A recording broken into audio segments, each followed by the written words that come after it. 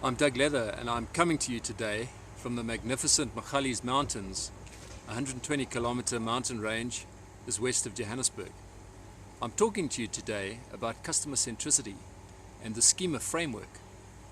Importantly, when we think about customer centricity, let's think about what it isn't. Merely having a customer care department or a customer service focus or a customer focus in itself doesn't necessarily imply customer centricity. Many organizations today aspire to be customer centric, but few actually achieve it. And there are a couple of reasons for that. And one of those is that customer centricity is not really embedded into the very DNA of the organization. And it's that genetic code that drives the characteristics of an organization's culture. Another reason is that time issues and pressures called upon from executives make it very difficult for any leadership to build and sustain a customer-centric culture. When we talk customer centricity, we're talking about an operating model. We're talking about a way of doing business within an organization. It's systemic in nature, and a good definition of customer centricity is the business system that allows an organization to design and to deliver a unique and distinctive customer experience for business benefit. Customer centricity is about profit, and let's accept that. It's a whole lot more than altruism or a feel-good factor in any way, shape, or form.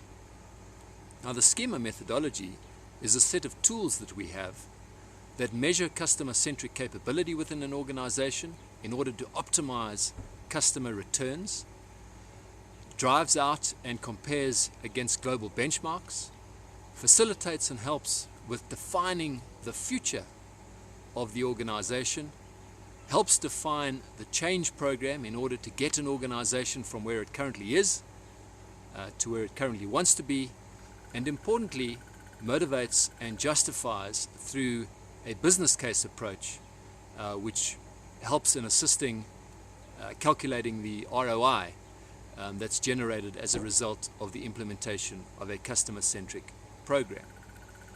A little more about SCHEMA, and particularly the current capability assessment.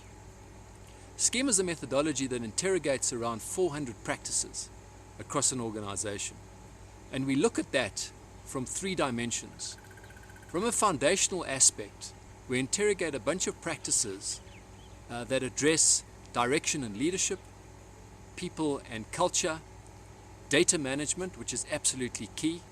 Customer management is about treating different customers differently, and if we can't identify them, we're never going to be successful.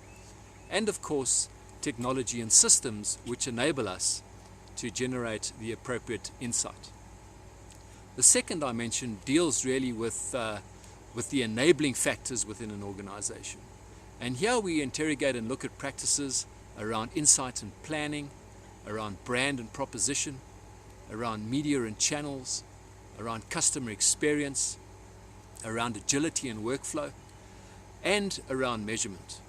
One of the critical elements of any customer-centric organization is an alignment of activities and actions, and very importantly, key performance indicators. Individuals at the very low end of the organization need to clearly understand how their activities and their actions are translating and supporting the key business performance measures of an organization. The last element within the SCHEMA framework is the execution levers or drivers. And we talk about customer value management drivers, and there are 4 of those: retention, efficiency, acquisition, and penetration. It's all about how we retain the customers that we have. The efficiency dimension in the customer centricity world deals with the understanding of the cost to serve customers.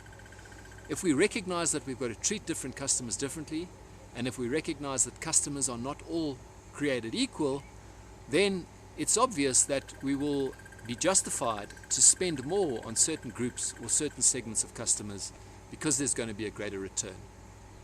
The acquisition element deals primarily with acquiring those customers that we target, acquiring them in an efficient manner. And the penetration dimension deals really with cross-sell and upsell. And it's critical to balance those four levers in order to optimize profitability.